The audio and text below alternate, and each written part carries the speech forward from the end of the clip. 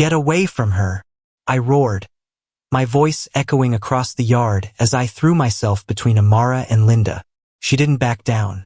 Her hand plunged into her pocket, pulling out a small black canister, her finger already poised on the nozzle.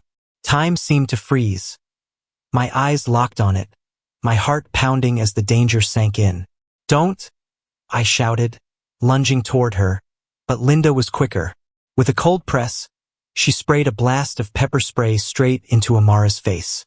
Her scream ripped through the air, a raw, terrified sound of pain that reverberated across the neighborhood.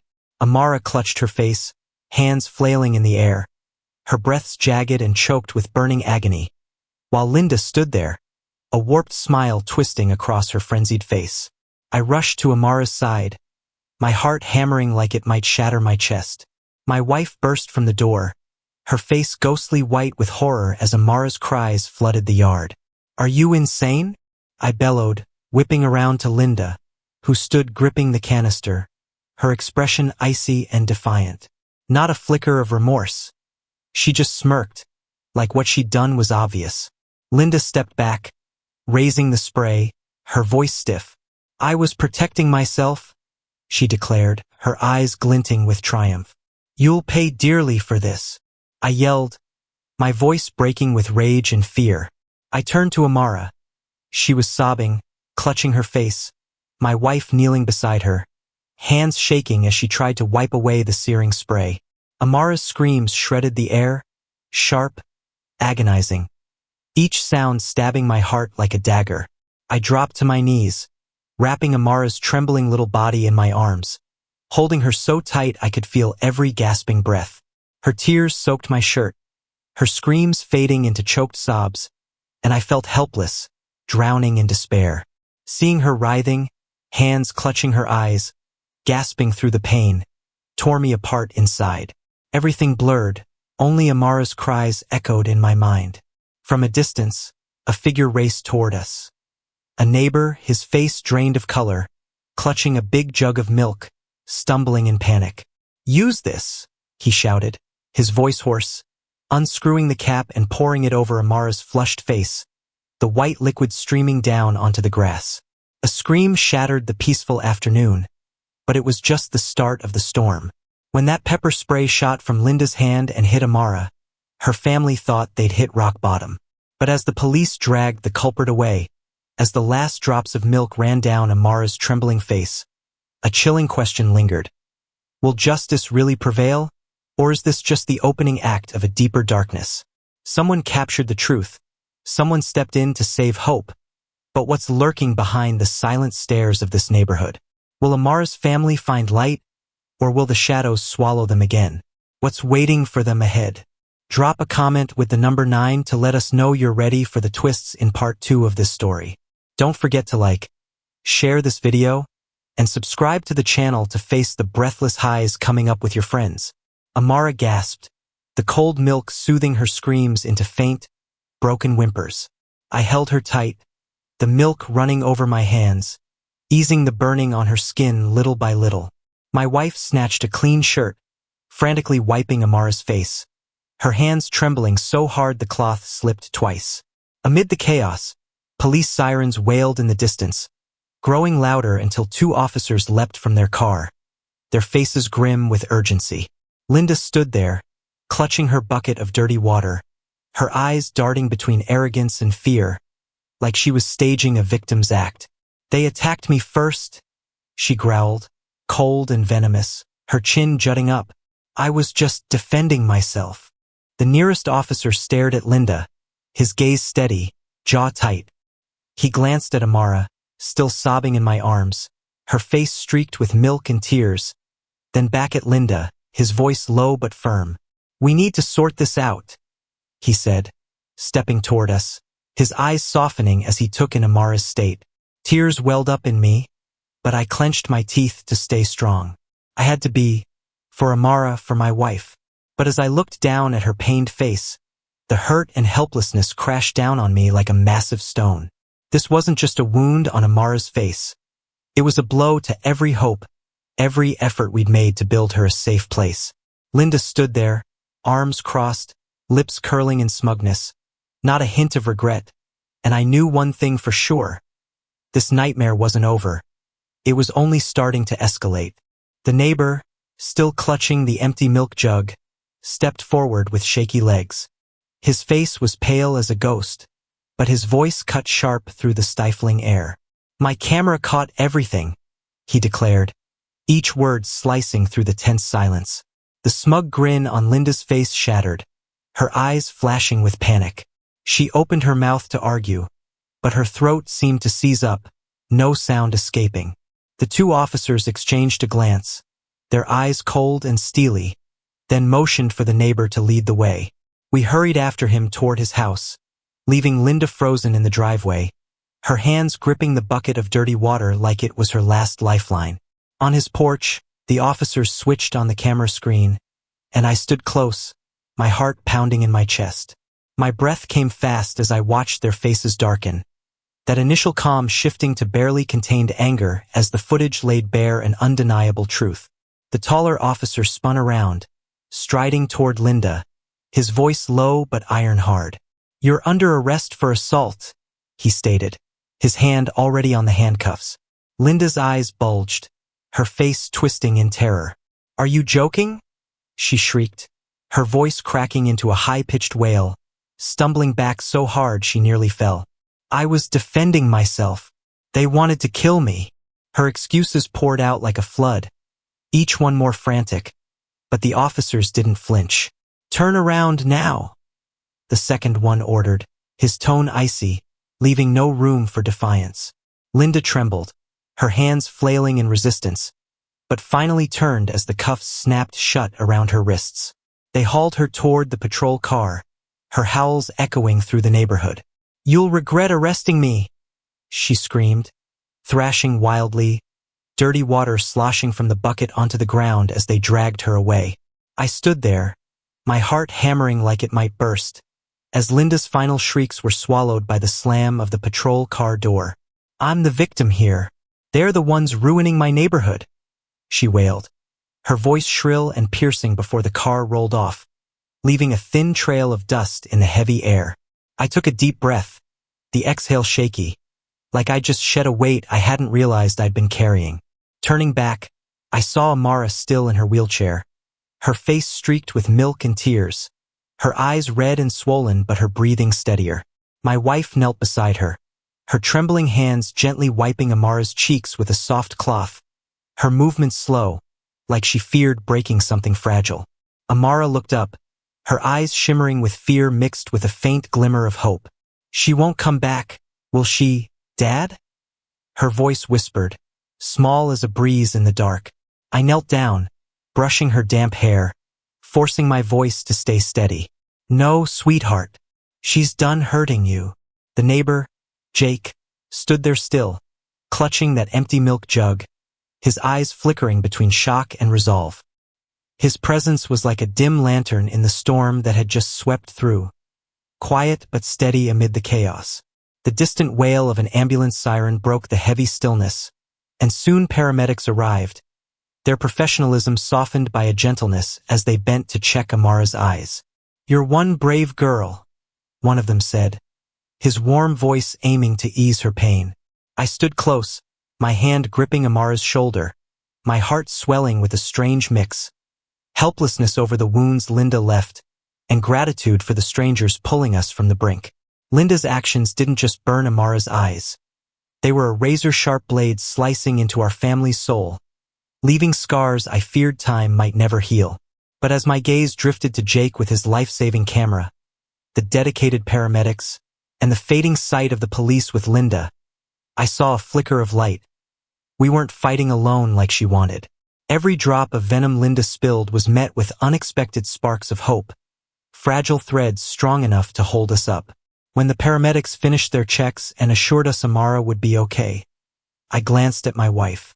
She managed a faint smile, her eyes sunken with exhaustion but still glowing with resilience. "We'll get through this, right?"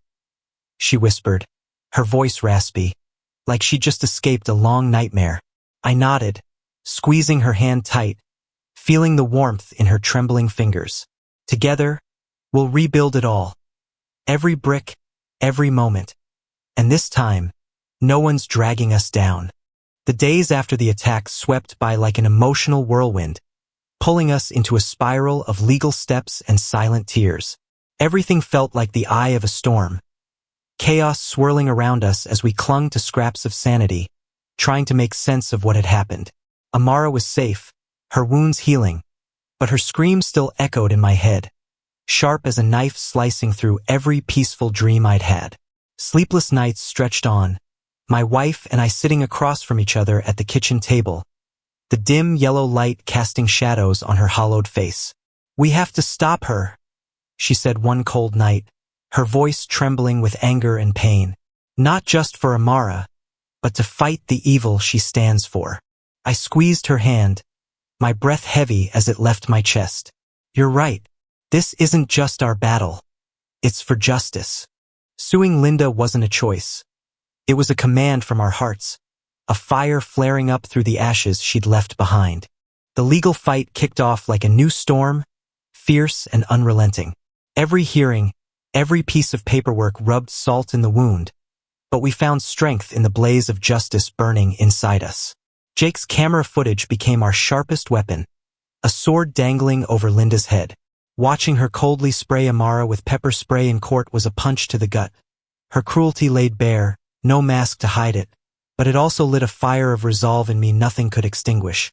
What I didn't expect was how the story's spread woke up the neighborhood in ways I'd never imagined. Strangers, faces I'd never spoken to, started knocking on our door, bringing warm words of support. One afternoon, I found a small box on the porch, a few picture books, a puzzle set, and cards scribbled with childish handwriting saying, "I know she'll make it." My eyes stung. Not from Linda's pepper spray, but from these tiny sparks piercing the darkness she'd once draped around us. Jake, the neighbor who handed us that life-saving camera, stopped by often, his genuine check-ins like a cool breeze in the storm that hadn't fully faded. Letting in help wasn't easy at first. We'd grown so used to being isolated, fending off Linda's aggression alone for so long that kindness from others felt like a blinding light. But day by day, the invisible walls in my heart started to crack, letting those strangers' hands slip in, lifting the weight that had crushed us in lonely shadows. But through it all, Amara was the blazing light guiding us forward. Though her small body was still healing from Linda's wounds, her resilience burned steady and strong, taking my breath away. One afternoon, as the sunlight softened on the porch, we sat there, the quiet broken only by distant birdsong. Amara looked up, her clear eyes shining with an unquenchable spark. "Dad, she hated me, but not everyone does, right? There are lots of good people." Those words stabbed through me like a sweet dagger, choking my throat, tears welling up. After everything Linda had done, Amara's heart stayed open, her faith in the world still blazing like a fire no one could snuff out. I pulled her close, holding her so tight I could feel her faint heartbeat. "Yes, sweetheart," I whispered, my voice breaking with emotion. "There are so many good people and the bad ones like her. We won't let them win." Weeks later, the courthouse doors swung open like a new battlefield, where justice and nightmares were about to clash. Stepping inside, my chest tightened, each breath squeezed by a strange mix of fear and fierce determination. The sound of shoes echoed harshly on the cold stone floor, every step like a hammer striking the heavy air.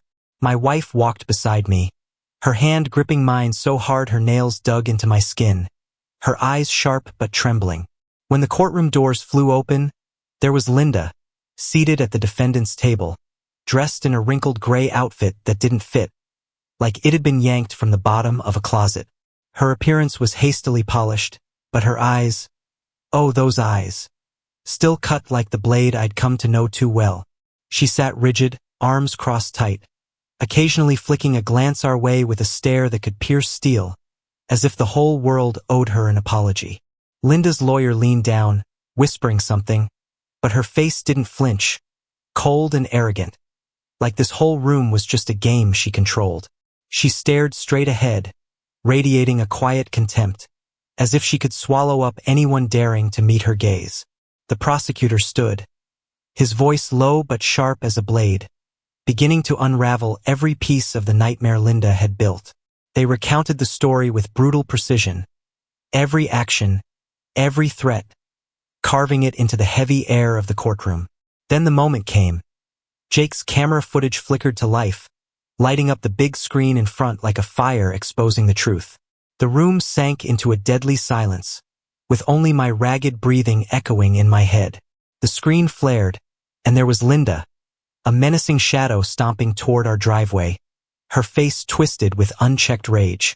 The audio cut through, every venomous word she spat, every threat hissed through clenched teeth, captured without a flaw. There she was, leaning close to Amara, invading her space, her voice dripping poison like a snake spitting venom. And then, the horrifying moment exploded. Linda digging into her pocket, yanking out the pepper spray, her finger pressing down without hesitation, the white cloud tearing through the air straight into Amara's face. Watching it again in the courtroom's icy stillness felt like being dragged back into hell. My chest tightened like it was bound with steel wire, my wife's hand trembling in mine so hard I feared it might break. Amara's scream, even just through the footage, hit like a sledgehammer, shattering every shield I'd built to stay calm. I poured every ounce of strength into keeping my breath from breaking, though the memory of Amara's terrified scream flared up inside me, vivid and haunting like it had just happened. As the footage played on that big screen, I glanced at Linda, hoping for even a flicker of remorse on that stone-cold face. But there was nothing. Her jaw clenched, her body squirming in her seat like she was caged. But those arrogant eyes still burned, as if the truth blazing in front of her was some petty joke. The prosecution didn't stop at that brutal attack. They dug deeper, peeling back Linda's earlier actions, laying bare every piece tied to this mess. They pulled up every vile fragment from her past, threats she'd hissed through gritted teeth, caught crystal clear on film, and hate-soaked words that fueled her vicious act. The evidence blazed like a fire in the courtroom, leaving no crack for denial or excuses. Sitting there, I felt a whirlwind of emotions sweep over me. Rage boiling like lava, pain smoldering like an unhealed cut, and a bitter sting of disappointment. But deep down, a fire of resolve roared unquenchable. This was why we'd stepped into this fight. To make Linda pay, to show Amara that people like her can't keep standing on others' pain, and to ensure no family falls under the darkness we'd faced. When the footage stopped, the courtroom sank into a heavy stillness, as if time itself froze in that moment. I turned to my wife. She gave a small nod, her eyes glistening with tears but blazing with iron will. We gripped each other's hands in the storm, and I knew nothing could make us let go. Then it was my turn to take the witness stand, my legs heavy like they were bound by invisible chains, each step a hammer blow to my tightening chest. The prosecutor's voice rang out, low but piercing like a sword, asking me to recount that fateful day.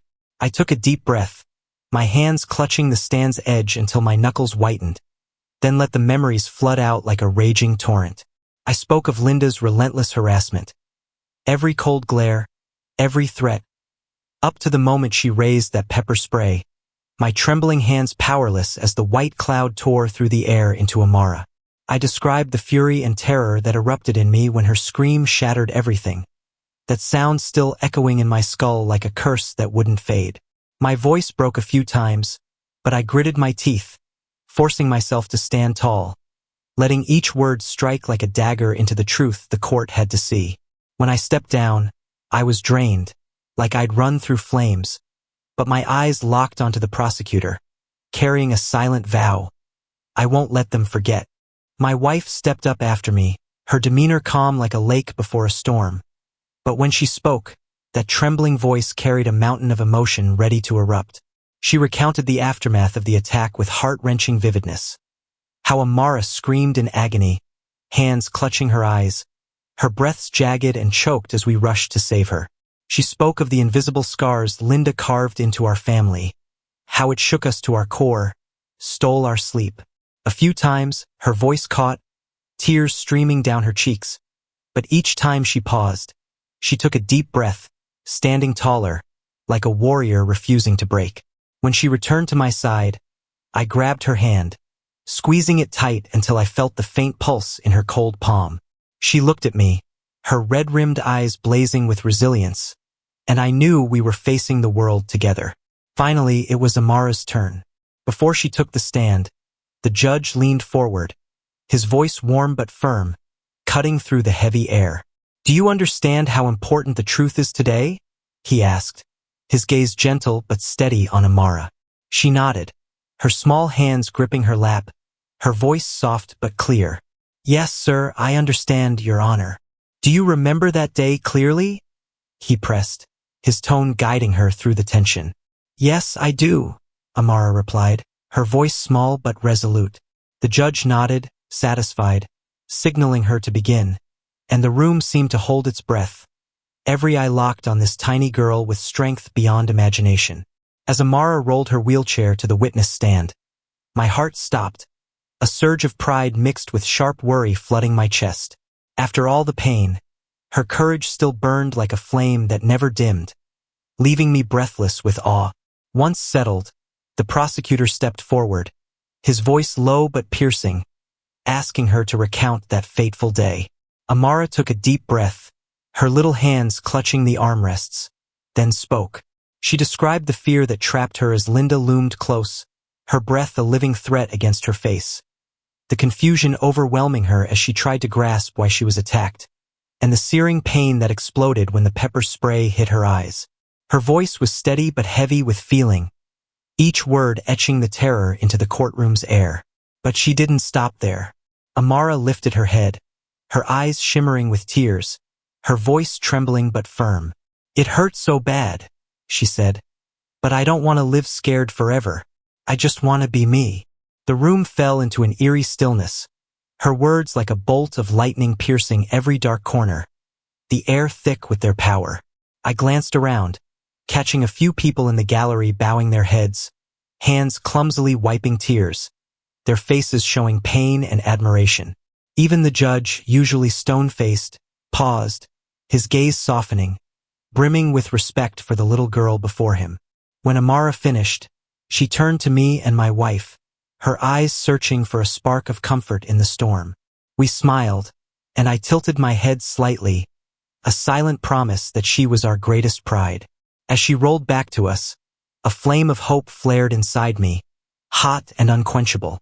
Her bravery had just lit up the room, reminding everyone that no matter how cruel the darkness, the light of resilience could cut through it all. Next, Jake, the neighbor who'd rushed to save Amara and brought that fateful footage, took the stand. As he stepped up, a deep wave of gratitude washed over me, like he was a lighthouse in the Black Sea Linda had drowned us in. Jake wore simple but neat clothes, sitting down with a calm that masked the weight of what he'd say. He began recounting that day, his voice solid as a rock, describing Linda storming in with blatant aggression, and the moment he ran out with the milk to ease Amara's pain.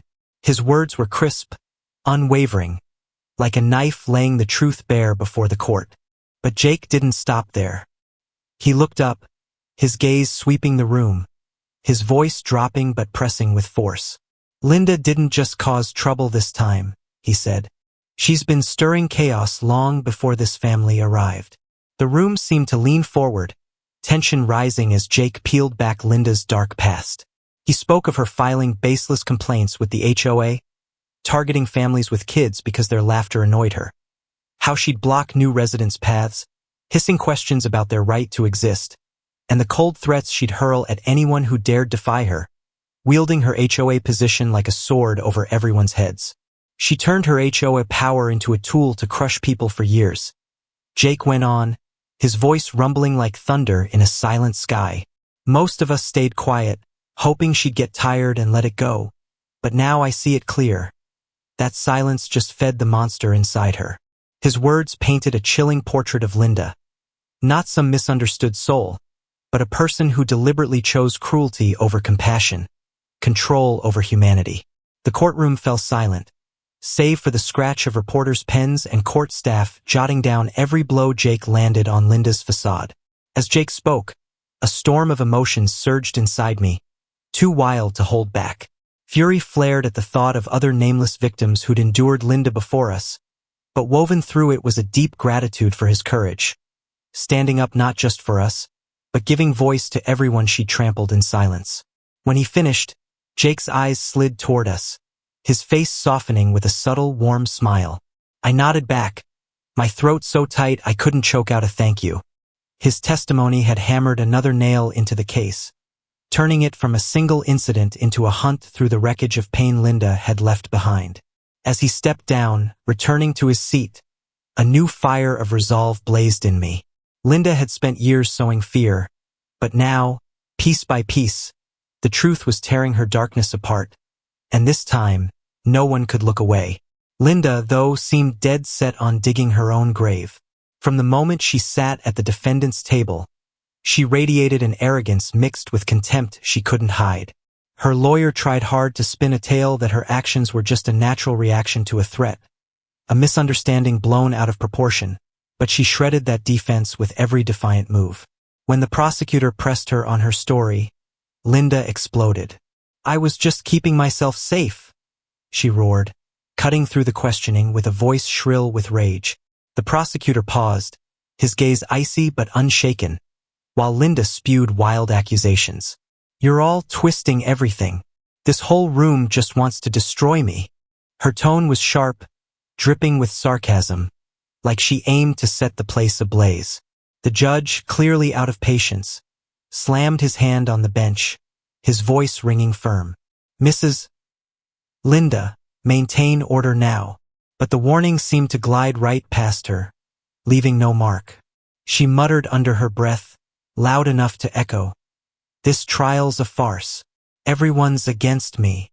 The gallery drew a collective tense breath, murmurs rippling like wind before a storm. Her behavior wasn't just offensive. It was her own hands ripping apart any chance of a defense. Her lawyer leaned in, whispering urgent advice, his hands clenched like he was trying to pull her back from the edge.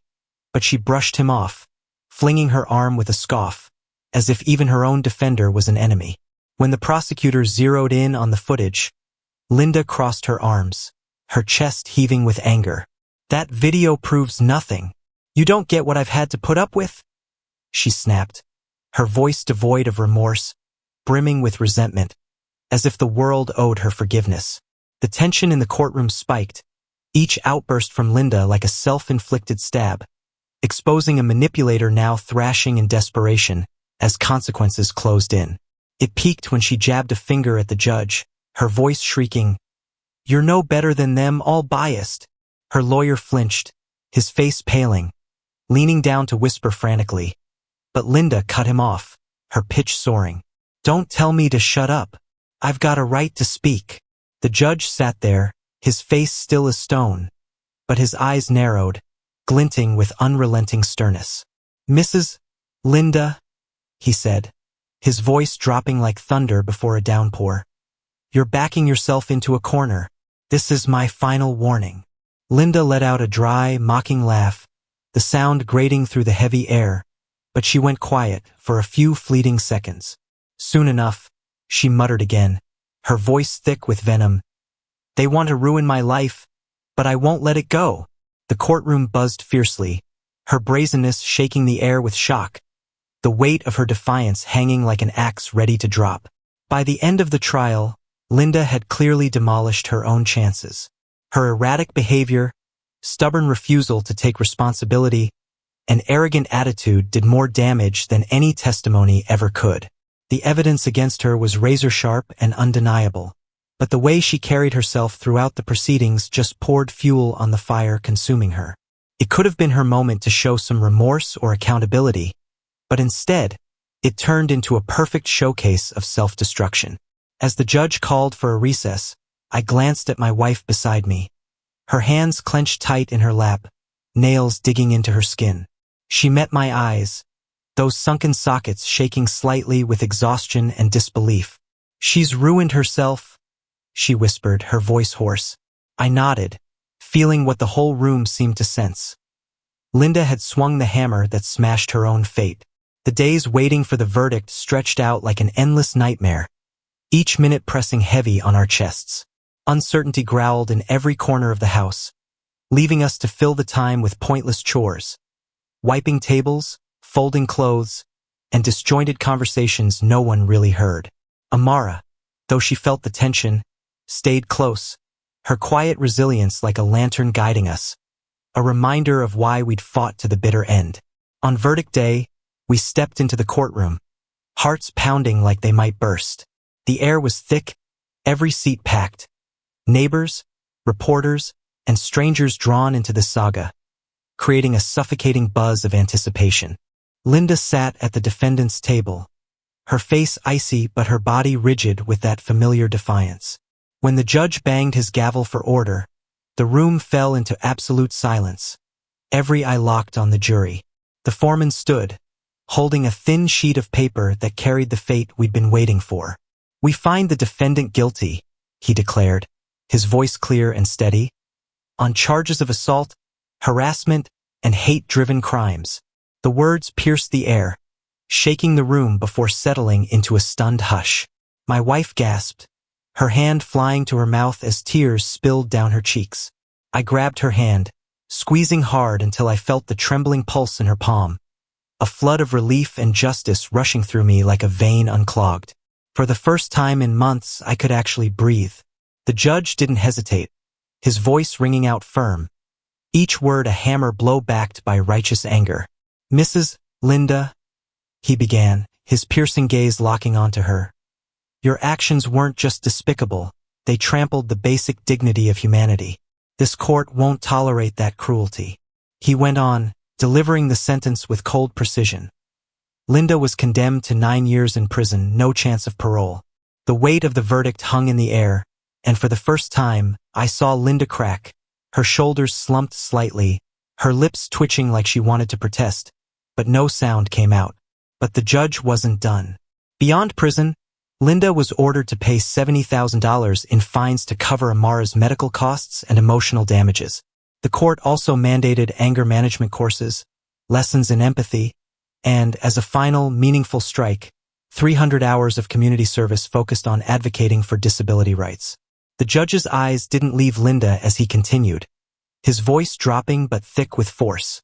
"I hope," he said, "that in your years behind bars and through serving the community, you'll grasp the sheer horror of what you've done and the pain you've caused. Whether you change or not, justice has been served today." Linda sat there motionless, her eyes blank for the first time since the trial began, as if the verdict had drained every spark of arrogance from her. Her face was a mess of emotions, blazing anger, shameless disbelief, and a fleeting tremble of fear. For a moment, her mouth opened, lips quivering like she'd scream in defiance. But the judge's steely glare pierced through her, choking every sound in her throat. The gavel cracked down, a dry thud echoing as the courtroom erupted in fierce whispers, the tension shattering like broken glass. As the bailiffs pulled Linda from her chair, she turned to us one last time. It wasn't a bowed head of remorse or a look of admission, just a sharp, hateful glare, the kind that had seared into our memories over so many days. But this time it didn't shake me. Her power, her ability to manipulate and inflict pain, had been snuffed out for good. I turned to Amara, sitting quietly between me and my wife, her clear eyes looking up. She caught my gaze, the corners of her mouth curling into a small but radiant smile that flooded my heart with warmth. The road ahead was still bumpy, but for the first time in months of suffocation, I felt a glimmer of light. We could move forward, leaving behind the shadow Linda had cast over our lives. The journey to heal would be tough and slow, but now we could take those first steps without her haunting us. A few weeks after the trial, life slowly found a new kind of peace. The house, once a battlefield of chaos and strain, started to feel like a real home again.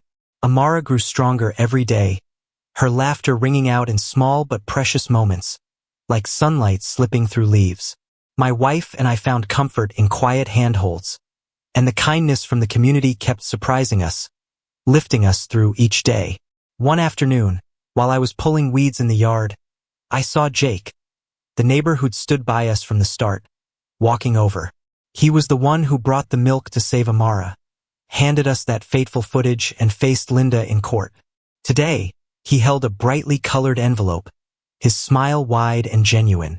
"Hey," he said, his voice warm.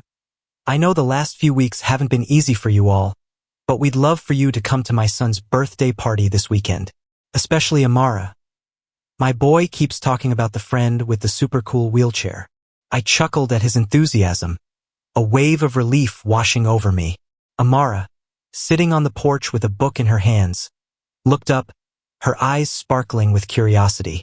I turned to her, and the second our eyes met, her face lit up with a joy I hadn't seen in too long.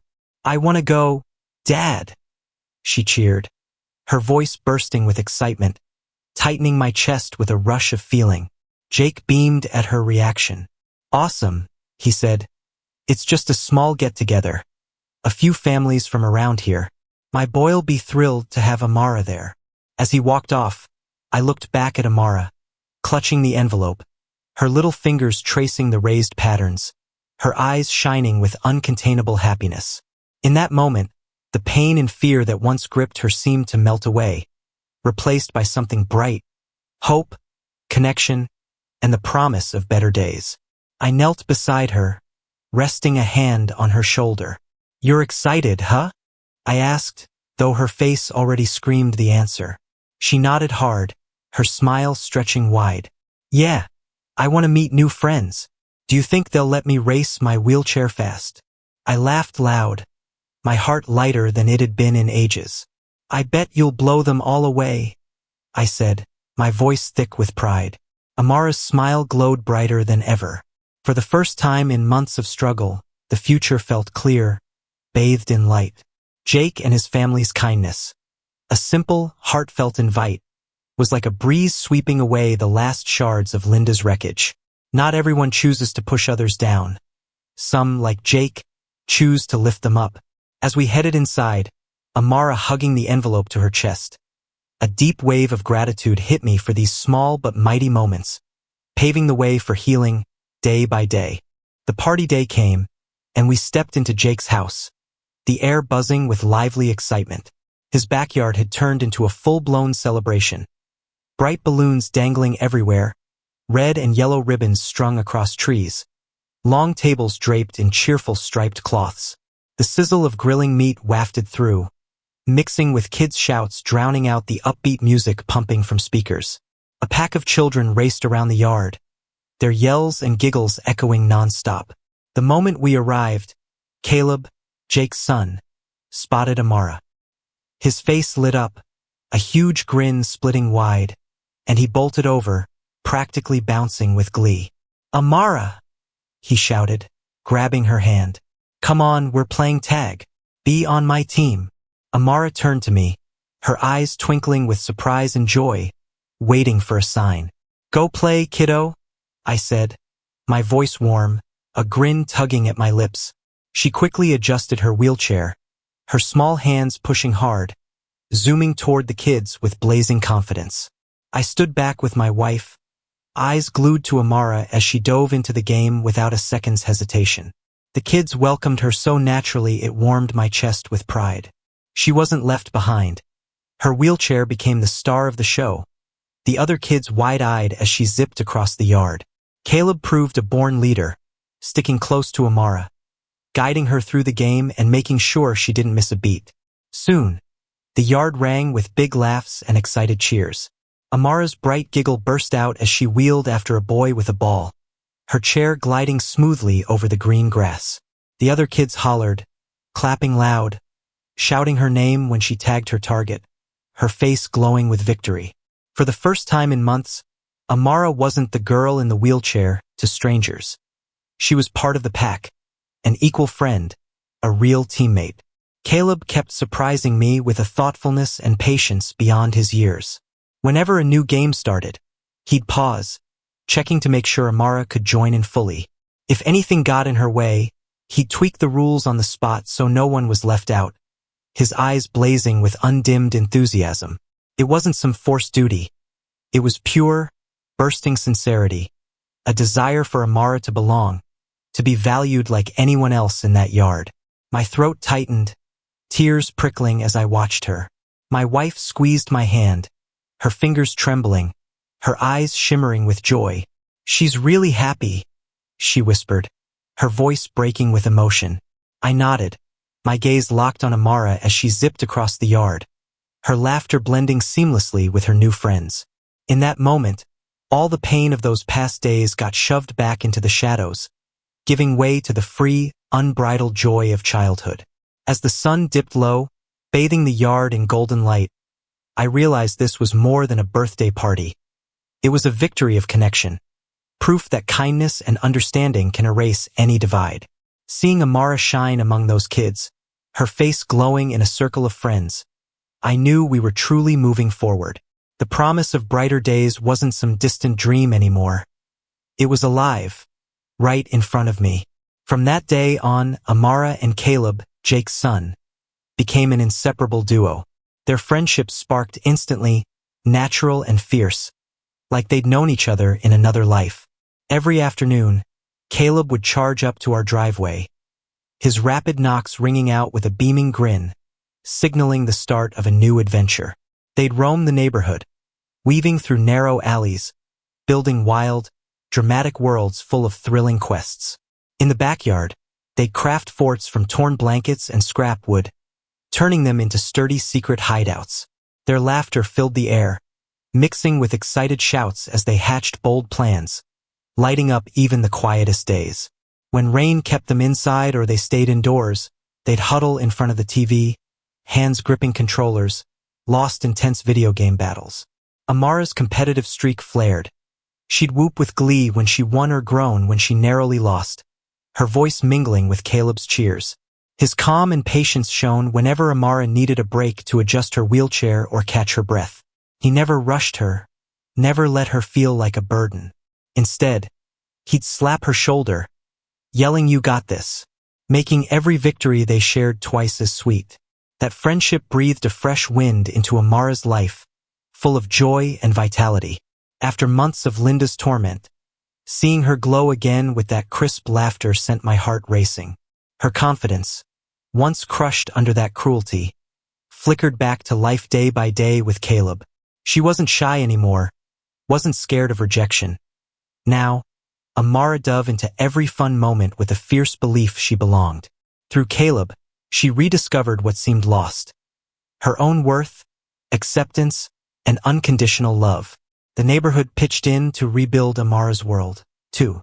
Small but meaningful gestures, a wave from a car window, a hearty hello from the next-door porch, or an invite to a picnic, slowly wiped away the darkness Linda left.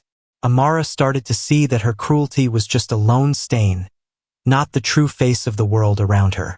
For my wife and me, watching Amara reclaim herself was a miracle nothing could match. Those stifling months that once trapped us were swept away, replaced by the light of connection and trust. Every time Amara wheeled out with Caleb, her backpack stuffed with snacks, her eyes sparkling with excitement, I felt a fierce wave of gratitude for the community that opened its arms.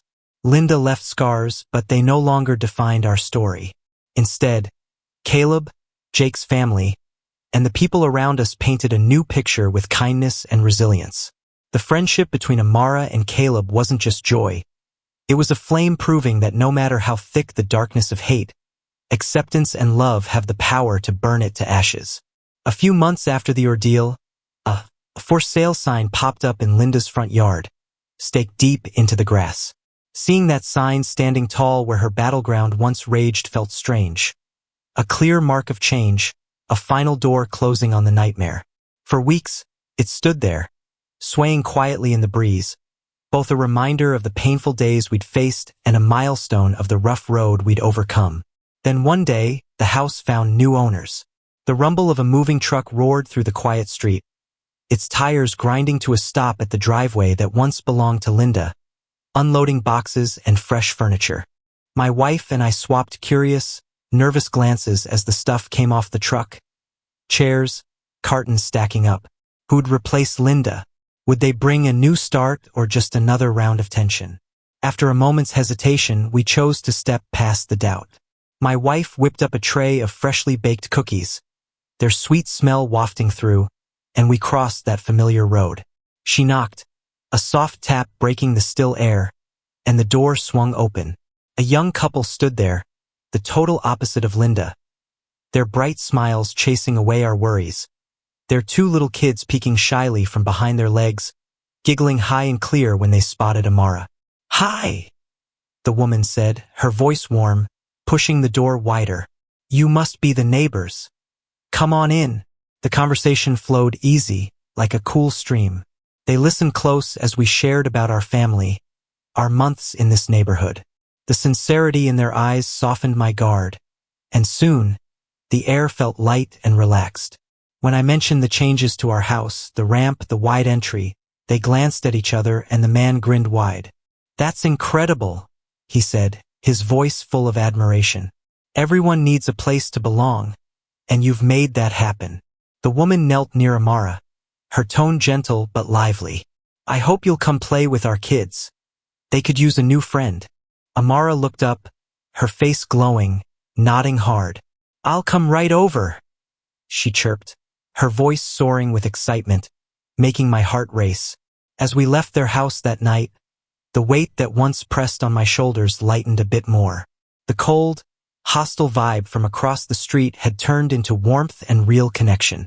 That's what we dreamed of when we came here. A community where we fit, where Amara was safe and valued. Standing on our porch that night, watching lights spill from the new house, I felt a spark flare in my chest.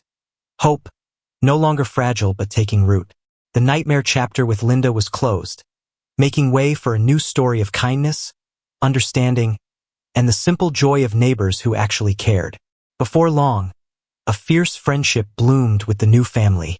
Their two kids, I call them Mia and Owen, quickly became Amara's best buddies.